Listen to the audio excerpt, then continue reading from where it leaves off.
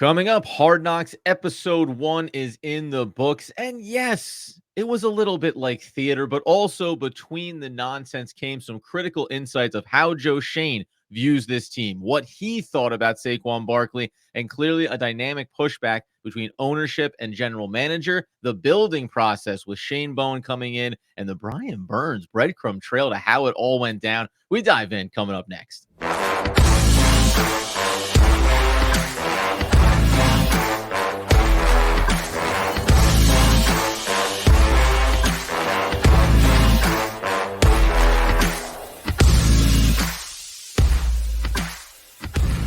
Yes, my friends, it's OGP, the One Giant Podcast, where you know that we are your hosts over here, Adam Armbrecht, over there, Andrew Makowitz. We're healthy, we're wealthy, we're wise, and we're breaking down that first episode of the Hard Knocks. Everything we thought was going to be a part of it, Andy. Some interesting insights, but at a high level, this has been the difficult part of getting excited about Hard Knocks and about the New York Football Giants being on it, because there's clearly this balance being struck between information and then also at a high level what the organization is willing the outside world to look in on.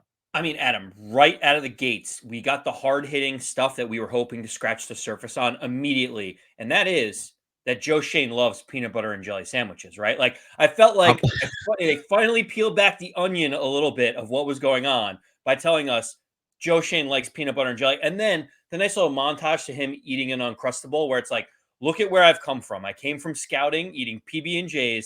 Now I'm in the car, upgrading to the frozen version of peanut butter and jelly. And they could have ended the episode there and I would have been riveted. 10 out of 10 episode. Oscar worthy. It's why Hard Knocks is what Hard Knocks is, right?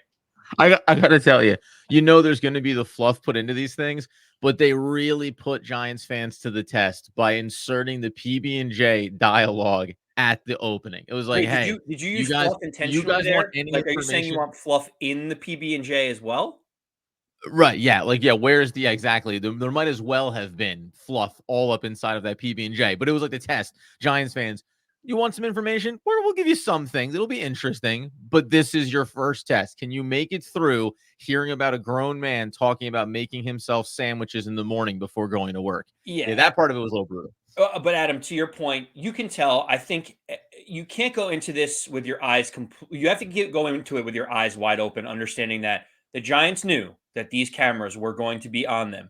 They knew that a lot of the things that they discussed in Joe Schoen's office were going to be out there for this documentary. So we know that there are certain, you could almost feel it. Like when Joe Schoen's sitting down with Brandon Brown and one or two other people, and he's sitting there and he's banging the table about Daniel Jones being their starter. We know that that's part of the performance of this. We know that sources have said that they tried to trade up for Drake May. So like whatever the hand wringing and pounding on the desk, some of it is performative, but I do think that there were a few candid conversations that happened that really informed at least what I think. I was talking to you offline about the killer bees, about Saquon Barkley, about Shane Bowen, and especially about Brian Burns at the end too. Yeah, I think it's interesting to look at a couple of these different things. And as this unfolds on another 5 episodes, they're going to have stuff around the draft, around Combine. I think Combine is going to be next thing they cover as they work towards the draft. So there'll be some interesting insights, especially talking to Malik Neighbors, getting a sense of that. And you mentioned what was attempted there going towards the draft when we look at the QB position. But the first and foremost here, as you mentioned, the killer bees for our episode, Saquon Barkley. We talked about it yesterday or 2 days ago on the show. What were the expectations around this? What were the insights we were hoping to see? Hey, I'm going to brass tacks it. Joe Schoen was done with Saquon Barkley. He had no interest in bringing Saquon Barkley back. He did not want to. You don't want to go right to John Mara and say, listen, it's over. Let's move on. Had to massage the ego of the owner. I don't mean that in an inherently negative way, because he was still in control of that decision. But I did I know you're going to ask me a couple questions on it. I did like the process of, well, this is what it is. This is what we went through a year ago with him. That was exhausting to try to accomplish that. It didn't work out. Here's how we would replace him inside of our offense, skill set, price points on different guys around the league. Ultimately coming back to, though, some internal discussions around Joe Schoen saying, I think it's time we move on. And a few people in the room saying, well, okay, then what? Right. And I think that the thing I took away from it on an organizational level was like, trepidation and fear about walking over the cliff of not having a premier player on your roster because you know you've also been a bad team. Now you need to not only replace that talent, you're still trying to find a way to be competitive too.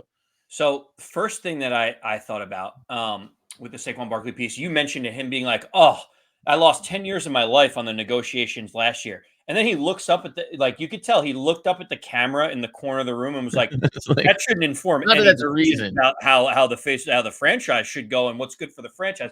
You're like, "Oh my gosh!" Like he was candid in one point, and then he realized the cameras were on. And he had to put the caveat in there, so I thought that was funny. But Adam, the thing that I got from this at the beginning of this, because we still haven't seen how the full process has played out, but do you feel that Joe Schoen miscalculated the market for Saquon Barkley, or do you think he didn't care and he was just saying whatever he wanted to move on from Saquon Barkley? Because I think I might have a different opinion of you on this, but I'm curious to know how you feel Joe Schoen's words of saying no one's going to pay him $12 million, right? Yeah, it seems weird because again, the sequencing of how they lay it out, that's also a factor here because you're hearing about how they're discussing him, then you're getting inside the offensive room and thinking about replacements. They're talking about price points, they're comparing him to Josh Jacobs, saying that well, maybe his value is a little bit more. And Joe Shane asks at that point too, he's like, where are you coming to that number? It might not be him, it could be Brown that asked you, like, where are you getting to that number on Jacobs? Is it because of production? Da da da. And they have in the room personnel that says, well, less orthopedic injury risk. Kevin He's Abrams, also yeah. a year and a half younger, right? So you get kind of these little nuggets that are probably informing him. So to that end, when he says, well, who's going to pay Saquon Barkley, significant money, and then you get the voice that goes, anybody with cash, like anybody who wants to have a premier talent. I would think that it's primarily driven by Joe Shane saying, like, I'm done with this. I want to move on from this. And maybe almost soliciting that from the staff to say, oh no, someone's going to pay him. Great. That's actually making my case because you hear him also mention, well, if we can get him down to $7 million for the sign and trade, that conversation with Mary, he's like, but I don't want to do that and insult Saquon Barkley. Like all of these mechanics, whether performative or not, for like the cameras or for ownership, just felt like Joe Shane guiding the ship towards the harbor of moving on from Saquon Barkley. I'd be shocked if he was sitting there acting like, or not acting like, genuinely not feeling like there would be a market for Saquon Barkley. That would seem a little bit odd for a GM at this point. Well, but he has been of the mindset that there's been a regression on the contracts of running For backs. And sure. so he pushed all his chips in and was like, I'm going to call the bluff. And like, I'm going to ask Saquon to give us the right of refusal at the end of it if he really wants to be a Giant, but let the market decide what it's going to be. Adam, they kept mentioning who's going to pay him $12 million. And you mentioned Chris Rossetti, director of pro scouting, had been with Joe Schoen in 2015 with the Miami Dolphins for a few years. Yeah. They have a relationship. He came out and was like, anyone with cash would pay Saquon Barkley if they need an explosive player and they have the money. And the Right. thing to me is like, they kept talking about who's going to pay him 12, who's going to pay him 12. He ended up getting 13 and a half from the Eagles. It wasn't like, who's going to pay him 12 and it came in at 11,999. Like they Right. miscalculated that there was going to be multiple teams at that $13 million number. I think, there's reports that the Texans were thinking about going even higher than the Eagles were. But obviously he liked the familiarity of staying, locally in the area. It is fascinating to see all the Saquon Barkley stuff. We mentioned two things. The first one is director of player personnel, Tim McDonald, who has familial relationships with John Mara, was sitting in the Yeah. room and asked an interesting question. And he said, what is our identity after we decide to go down this path and not have Saquon Barkley? And whether you believe like you should keep Saquon Barkley or not, it is a good question because that has been the identity for the Giants since they've drafted Saquon. Is he is the guy, he is the definitive playmaker. What is our offensive identity? And it just sounded interesting that no one really had an answer to that seemed acceptable. The last thing I'll say is the number one most interesting quote of all of it was Joe Schoen says, you don't pay a quarterback $40 million to then hand it off to a $12 million running back. And to me, that is seared in my brain of like, he had already made that decision before the season was out that like, I am not paying Saquon Barkley over $10 million, period. End of story. And Yeah, and there was a little bit of conversation around Daniel Jones, the recovery. They talked to him a little bit. What a fascinating choice! It threw me right back into the Big Lebowski, the song choice there with Daniel Jones' recovery as they're working on his knee, and he's talking about, I've never been through this level of injury before. I'm sure there'll be more on him, but so there's couple of things here quickly. One, that comment, of course, everybody, $40 million to hand off to a $12 million quarterback, running back. That's not what we did. That's not what we're doing here. Now, Joe Schoen chose to pay him that $40 million. I think if we had a Hard Knocks another year earlier for the New York Football Giants, what would conversations have looked like around those things? But so there's something happening there for Joe Schoen where he's like, I already committed to this guy. Now, again, maybe be parentheses. Yes, I feel like I made a massive mistake there, but now I'm committed to him. And it isn't going to be this offense where Daniel Jones, because that was getting brought by personnel and staff. Well, Daniel Jones, he's been handing the ball off. He's such a big part, Saquon Barkley offense. He goes, right. He's making $40 million. This is not a $40 million hand the ball off type of bill that you pay. The other part of it I'll mention there is you said about, I think Joe Schoen was definitive in his response to, what are we going to do if we don't have Saquon Barkley? What are we going to look like? He's like, we're going to fix our offensive line. We're going to build this offense to be more dynamic and more capable of winning in different ways and being successful in different ways.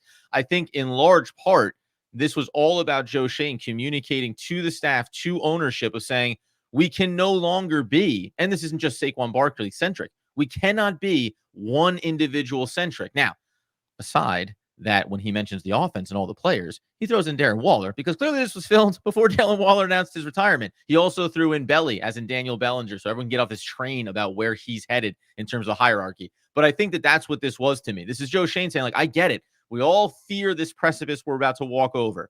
But guess what? We have not been a winning football team with Saquon Barkley as a central focal piece.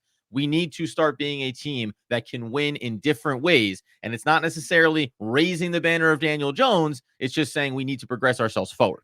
Two things. One, it shows that Joe Schoen's process to me makes a ton of sense. He prioritized paying the quarterback over the running back last year. The writing was on the wall Right. at that moment where he decided to give Daniel Jones the long-term contract and franchise tag Saquon Barkley. That was the end of Saquon Barkley being a Giant, right? The evaluation of those talent pieces may have not been the most sound, looking back in hindsight, but the process of saying, we'll pay the quarterback early because that's what you do made a lot of sense. That's true. The, That's a good, yeah.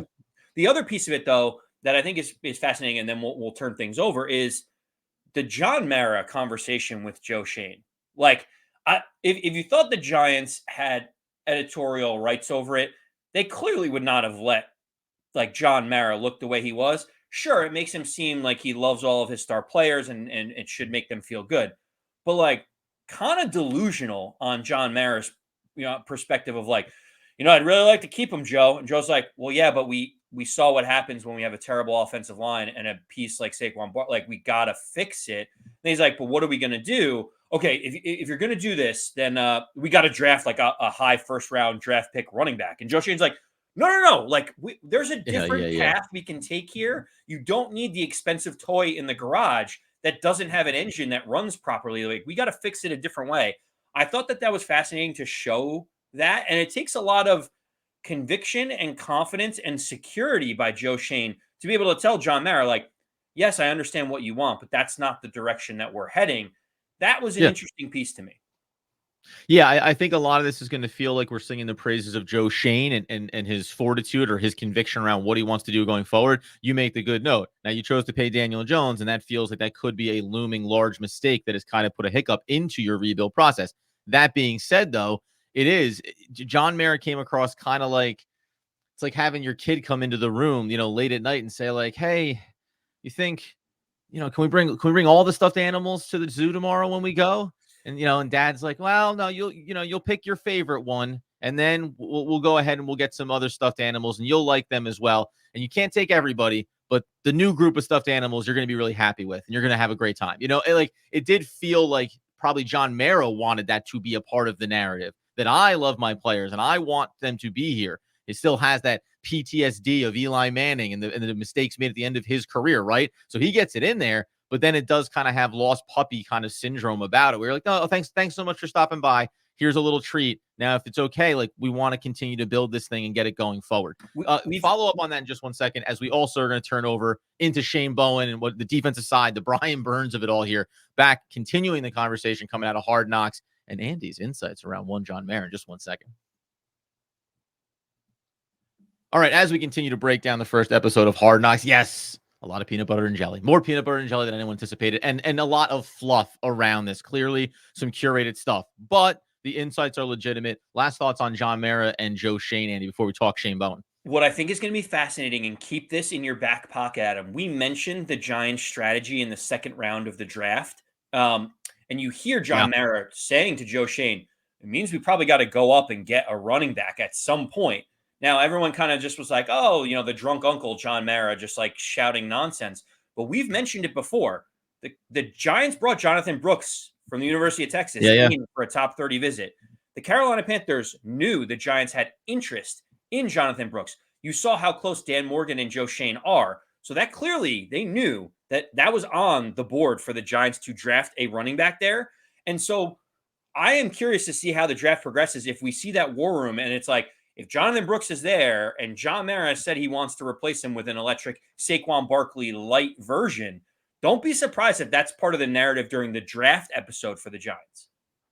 I wonder how friendly those two gentlemen are going to be after this. If it turns out that Joe Schoen, we'll talk about in a little bit, maybe just kind of waited his way into getting a very low cost, quote unquote, and then the ability to obviously have to pay Brian Burns, but then also maybe at the draft too. Hey, yeah, we're thinking running back here. You're going to want to get up there and get that guy. Maybe Joe Schoen navigating competition into those avenues so he could avoid having to do that for a running back. Of course, the chain of events there, free agency, Singletary, getting to the draft, and what the Giants felt like they needed to add there.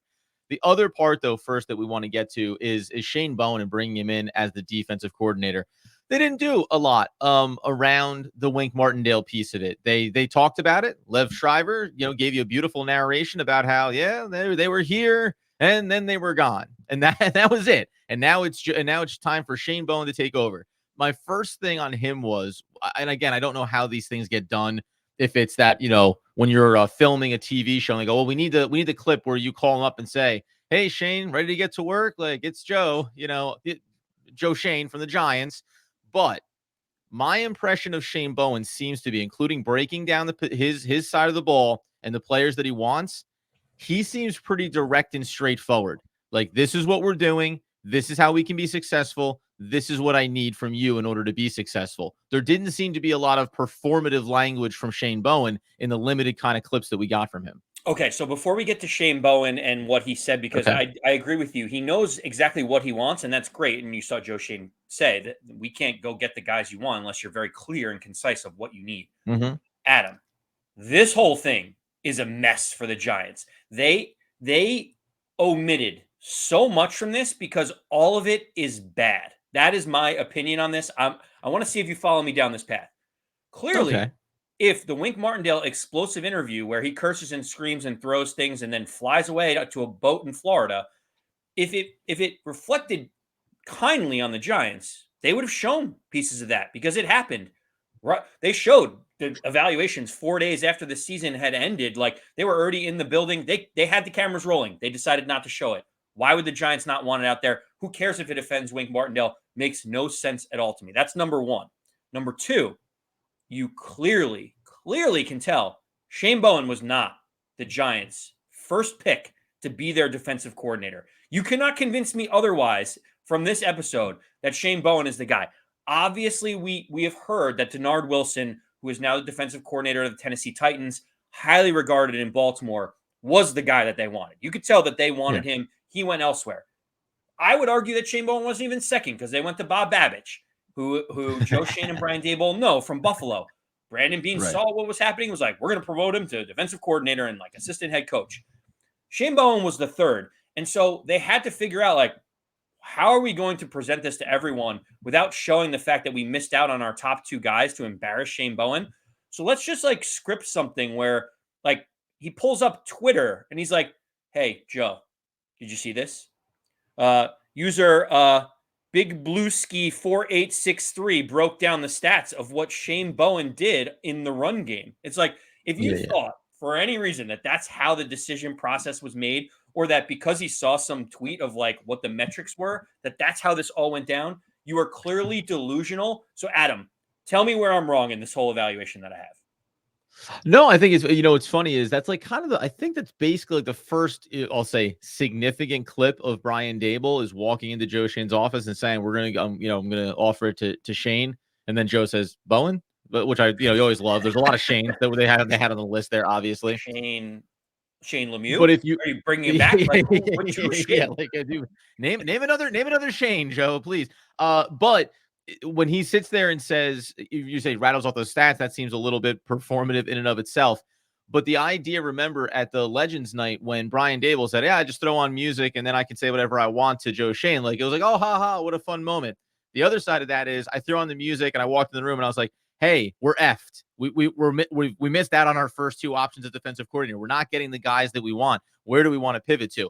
On a high level with the Wink Martindale stuff, I'll go ahead and leave that as the New York Football Giants. While I agree with you, there's probably some things that weren't too flattering for the Giants from their side. However, I'll go with the Giants present themselves as a classy organization. They didn't even drag Wink Martindale terribly through the mud on the back end of it, even just publicly or otherwise. So I'm going to leave it as, hey, he's not with us anymore. We're not looking to expose the fact that it was a little chaotic behind the scenes. We move past that. The Shane Bowen piece of it, even if we think he's going to be a good fit for this team ultimately, clearly the New York Football Giants, as you might suspect, were not the number one pick for a lot of candidates around the league. Some of them got promoted within their own regimes. Others made moves from one team to another. And that could be the scenario where we say, hey, was this option one got promoted in Buffalo? That's fine. Option two in Baltimore actually made an active choice to go somewhere else. Is Shane Bowen going to be the right fit for us? Okay, first question, then let's get over to Shane Bowen's tactics. When Brian Dable looks at Joe Schoen and says,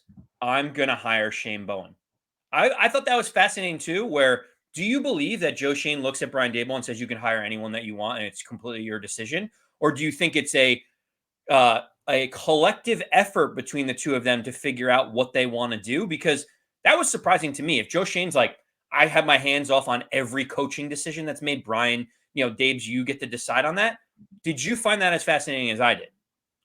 Yeah, well, I mean, if you believe that Joe Schoen is secure in his GM job even beyond this year, and that Brian Dable might not be secure in his job beyond this year, depending on how it goes, then saying, hey, it's all you, man. Because guess what? At the end of it, I'll say, hey, it was all him, man. Like he chose his staff, and now I'm going to start to choose the new staff. I think you have to have some level of trust in your head coach, right? He's in that position for a reason. So whether or not they had ultimate discussions about we're thinking this guy, what do you like about him? What do you not like about him? Again, we didn't get any of the real conversations around picking a defensive coordinator. But yeah, I don't know. Do you find it to be? I'll put it back to you. Are you concerned with it being a sole Brian Dable decision? Do you think Joe Schoen was actually involved? Well, it was Joe Schoen involved when they hired Wink Martindale, or was that Brian Dable's decision as well? I think That might be the most actually, you know what? That'd be the most interesting thing to ask. Was Brian Dable the sole influence in picking Wink Martindale, or was he saddled with that? We kind of know going back to that there's some connections there to the Giants organization. Maybe there's some influence from the outside. And they come into this year, and Brian Dable says, hey, for better or worse, I may swing and miss on a couple of guys, but I'll be picking them. Or maybe Joe Schoen says it as well to ownership. Hey, we're going to let him pick it because the version where we all did it collaboratively ended up having some issues, including maybe having Bobby Johnson as the offensive line coach, right? Maybe keeping Tom McGahee as the special teams coordinator. Like all of these things are all learning curves here over the first couple of seasons. And maybe we just need to accept, for better or worse, this is going to be the staff. We'll talk about the fact that Mike Kafka's still here later. Yeah, the first time GM, first time head coach. Something tells me that John Mara was like, we would really appreciate it if you hired Wink Martindale. He's interviewed here multiple times for a head coaching job. I like his aggressive defensive style. I would highly recommend you do it. And Joe Schoen and Dable were like, all right, well, I guess the guy upstairs is saying that. Now that they're comfortable in their own positions, they're like, all right, you want Saquon Barkley? You want me to offer him $100 million? No, thanks. Oh, you want this guy? Okay, great. Like now it feels like this is going to be the definitive moment for Brian Dable to be able to build out his coaching staff with people that he likes and respects. But yeah, turning things over to Shane Bowen, because obviously we're talking about all the cameras and the documentary stuff around it, which I find fascinating. But I do like the way that the way they set things up. They're like, Shane, everyone in the room is here to support you. at a very basic level. Explain what it is that you want and what it is that you need. And I think, Adam, you really liked how concise and clear Shane Bowen was about what he needs for for his defense to be successful. Yeah, and I like the fact that it's like, listen, this is our base package. This is what we're going to accomplish here. We want to be aggressive. We want our front to be able to do the work for us. We don't want to have to bring necessarily a lot of exotic blitzes. And we want to ask ourselves the question, where is the best value? And this is talking about draft and also free agency. And we'll get into Brian Burns here about what do you want to bring in? And I think this is telling about what we should expect from the Giants over the course of this offseason, potentially, if there's a trade to be made. What do you want to bring in? Another player on the edge to help be effective and get after the quarterback? Okay, that's Brian Burns. We'll get there. Or do you want to look at making Dexter Lawrence's life easier in the trenches? So I found that part of it fascinating. And they mentioned looking at Kansas City and saying, well, he doesn't quite fit the model here. It's not a perfect one-to-one, but when you see a guy getting double teamed every single play, you don't have to squint about how easy it would be for Dexter Lawrence. So at a high level from Shane Bowen, it was, this is my defense. This is how we run it. Answered questions about Isaiah Simmons. That one. Oh, sorry. I'm going to pivot here slightly. That felt performative for the cameras. Like it felt like, and good for Isaiah Simmons. I hope he has a role with this team. He's still young. He's athletic. He's dynamic. But that felt pushed in by Brian Dable of, and then what would Isaiah Simmons' role be in all of this? Like, I don't associate him as having a defined role. It's more of a show up and prove it than Shane Bowen saying, yeah, okay, first and second down, we're going to look at him like this, and then he'll move into the sub package on the back end, nickel to start. Like, okay. But that was a fascinating one to me. And last one here, being long-winded, the critical nature that he put on the inside linebacker position. We just talked about this last episode. Brian Burns, very excited for him. We believe in Bobby Okereke. But is Micah McFadden the answer there as the second inside linebacker right now? Those are questions that I think you're going to see the Giants continue to try to answer over the course of this offseason. Yeah, a few things that I took away from it. Obviously, him talking about Isaiah Simmons, I completely agree with you. Like, if you think that Isaiah Simmons is going to be a 3-down player on defense, you're mistaken. He's a guy that you can put in certain positions to wreak havoc or be successful or give the defense a different look. I don't see him as a every down type of player for this Giants defense. What? So it's important to note the sequential order of all the things that we're seeing and what has happened since then. Shane Right. Bowen was hired beginning-ish of February as the defensive coordinator. This is presumably right after he gets hired. They're like, "Hey, tell us what you need." Within 30 days of that moment is when the Brian Burns trade happened. So Brian Burns was not part of the equation in what we're seeing when he talks about his philosophy. So when he talks about needing pass rushers, needing elite pass rushers, Brian Burns was not part of it, but he stressed to Joe Schoen, I need people that can win one-on-one matchups and get to the quarterback. Brian Burns fits that mold. We're going to get into how that all happened in a second. The other thing that we talked about this before when there was the 1-minute preview, Adam. He highlights Boogie Basham and Ryder Anderson as the two Yeah. guys that could be opposite of Kayvon Thibodeau and be the pass rusher that he's hoping for. And like, I know Brian Burns isn't involved in this, but where is Azeez Ojulari in that discussion? How is he not someone that's like, Oh, it's he's highly touted. He is a high draft pick. He had, 8 sacks his rookie year. He's a guy that could really flourish. Like, he's still on his rookie deal and still here. And they're talking about guys that have been on practice squads and are journeymen behind him. I don't understand how he's not even part of the discussion. That feels intentional to me that he's not even listed as a guy in that moment. Ryder Anderson over Azeez Ojulari, to me, that like blew up my brain. well, so the one thing I will say is because some people have also caught on to, we talked about this going back a couple of weeks. We were talking about why Daniel Bellinger isn't going anywhere, but a surprise cut candidate could be Azeez Ojulari. Andy put that forward again multiple weeks ago on the podcast. I extended it to saying maybe even trade candidate is possible here, depending on how it looks. The one thing I'll say in this is it's not like Shane Bowen stood there and said, well, when you've got an absolute elite athlete like Kayvon Thibodeau, and that kid's a beast, and he's going to be whatever. There wasn't a pump up of having Kayvon Thibodeau. There wasn't a pump up of having Bobby Okereke. Like, you know what I mean? It only focused on what, to me, my takeaway on that was, while I believe that Azeez Ojulari is far further from being a long-term Giant than he is closer, my takeaway was Shane Bowen pointing out Basham, Anderson, Are these guys that we believe in that can supplement what we want to do here? Same thing around a Dexter Lawrence. Do we believe that we have the guys? You want to ask me a question about Isaiah Simmons? Okay, great. Do we believe that we have the players that are capable of that in-house? Or saying without saying, as we go towards the draft, do we need to think about what we're doing there? As we go towards free agency, do we need to think about these things and how we're constructing our defense? I have some excitement around Anderson over Basham, I think, because if I split the hairs on that, it feels like Bowen was saying, is Basham capable of doing that? I think the length of Anderson makes him interesting to be capable of doing that, right? So, like, it does seem like the evaluation of what he has from Shane Bowen was trying to send out the message to the staff of what he wants. And again, I would also say, camera goes off and Shane Bowen goes, yeah, listen, man, I can't trust Azeez Ojulari is not healthy enough, or I don't like player X for this reason or that. The direct communication did not happen in front of the cameras. Well, the other thing that I got was more by omission too. You mentioned who was named and who wasn't. I think it's because we know that Thibodeau is the guy. We know Okereke is the guy. You know what? Right. If we would have seen what Shane Bowen had said and we were sitting in that room, we would have known immediately that Xavier McKinney was not going to be part of the Giants moving forward. Like, we wouldn't have Yeah. had to go through the pageantry of free agency or anything else, because you know what he says? I need elite pass rushers that can win one-on-one, and the most important people outside that are the two inside linebackers. If that's the Right. case, is Shane Bowen going to shell out $18 million to a safety behind him when we haven't even mentioned any of the secondary yet? To me, Yeah. if you and I would have seen that clip 3 months ago, we would have known the writing on what was on the wall for Xavier McKinney. I found that fascinating. I mean, he got $17.5 million. There's no way Yeah. in the level of priority, you can tell that Shane Bowen doesn't necessarily need that. So I found that interesting as well.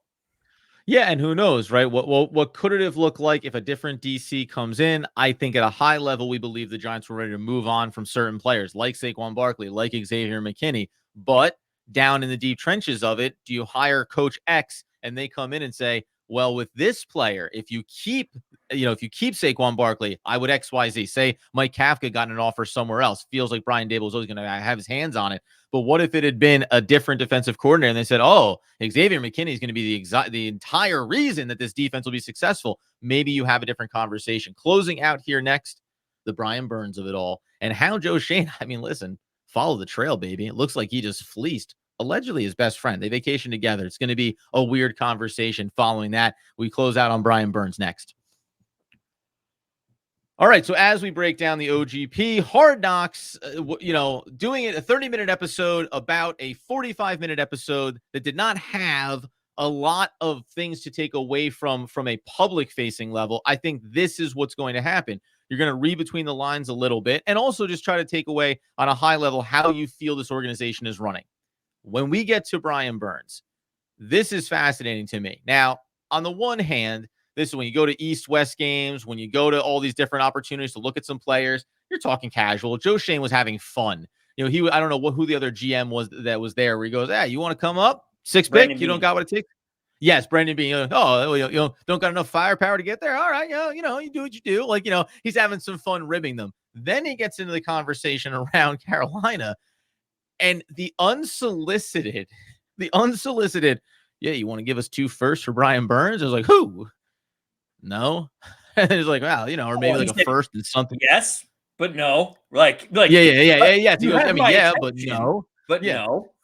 First and something else. First and something. Well, now you're talking. And to know where it got to ultimately and what the package looked like, I think that's, and this isn't even to throw shade at anybody around this. It's that this is what happens. You're at a point with a player. You're ready to move on. You want to get value. You're looking for a trade partner. And guess what you don't do? You don't come to the table or even to the side of the field and say, hey, you want to give me like a second rounder? No, I'll give you a 5th. See you later. You always ask for everything first, and then you back yourself down. Now, it usually doesn't happen within 10 seconds that you go from asking for the world to saying, or I don't know, you tell me whatever you want to give me. To know that the Giants gave up significantly less to then ultimately pay Brian Burns, it feels like that's going to be a fun narrative we watch going forward here. First question I have for you. Yeah. Is Brian Burns a Giant if Joe Schoen is not the GM? Oh, that relationship, does that help facilitate that? I'll say I'll say no, because I'll say that another team maybe would have given a little bit more in draft capital, and that would have been more favorable for Carolina. They would said, hey, listen, we got to go with best value. Understanding the Giants are a bad team, so they are high picks when you get a second round pick from them, but maybe something along those lines. I'll say no. I'll say that relationship mattered. It got them across the line, maybe, or maybe prevented other conversations from being had. Hey, okay, we started it in earnest. Let's just stay with this and get it done.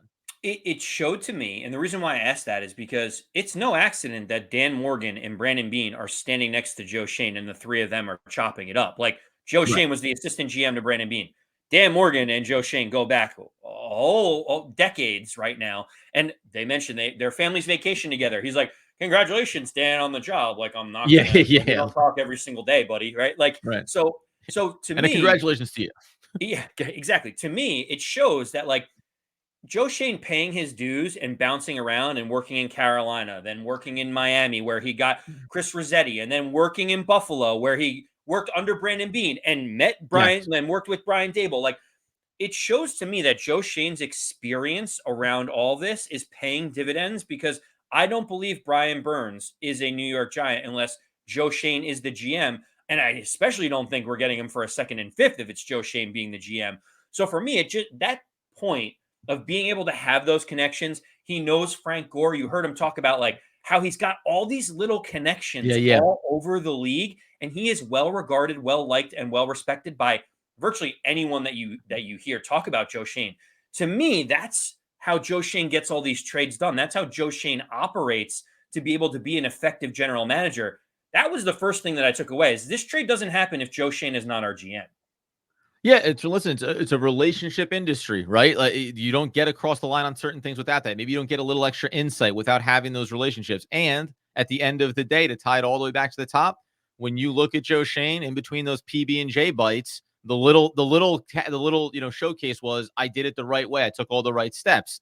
He was cutting down film and picking up players from the airport and built his way up. And along the way, if you're doing it right and you're building respect around the league, you're also building those relationships. So I think that matters for sure. And the Giants maybe were not in that same position when it was Dave Gettleman. No reason to throw shade here, but a guy that was further removed from those connections and further removed from an evolving NFL to be able to effectively do that and make those deals and have those conversations. So yeah, it reflects. I think in that regard, it reflects very well on Joe Schoen and what he's established for himself in the NFL. Yeah, and you mentioned at the end of the day, the simple takeaway that I had overall about this was Joe Schoen prioritized getting an elite pass rusher and fixing the offensive line more than keeping Saquon Barkley and Xavier McKinney because he already saw what that got him last year with 6 wins. It's like if we continue down this path even if we know these players and we like these players and we think that they're good if not great Yeah. players, we already know what this looks like and it doesn't look like success.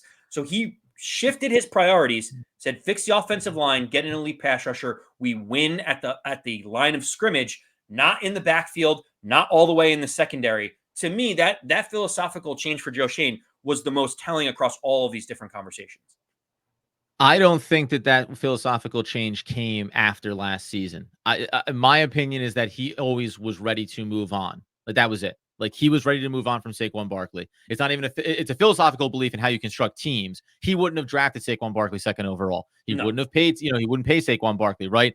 Xavier McKinney, same thing. So I think a lot of this came down to the slow bleed of what was and what is. Because remember, those are last regime's decisions. I'm making my decisions now. And Azeez Ojulari, as you highlighted, he's one of the last standing players from the old regime. This thing is turning over at a fairly fast rate. Every single year, a few more old hat players fall off and a few more Joe Schoen players come in. That being the case, hearing about the offensive line and free agency and how the Giants pursued that, how Joe Schoen really went about constructing this roster, that's going to be fun to watch. The draft is going to be fun to watch. We'll see. How exciting. How behind the scenes do we get here? Hopefully the first episode is as fluffy as it ever is. You can get us over on X at Adam Armbrecht and at AMAC214 on YouTube. Subscribe on the podcast feed. Go, go, go. Support us there as well. It means the world. Until next time, until the best times. This is Andrew Mackowitz, wants, needs, and demands that people know. Happy 4th of July. And as always, let's go Big Blue.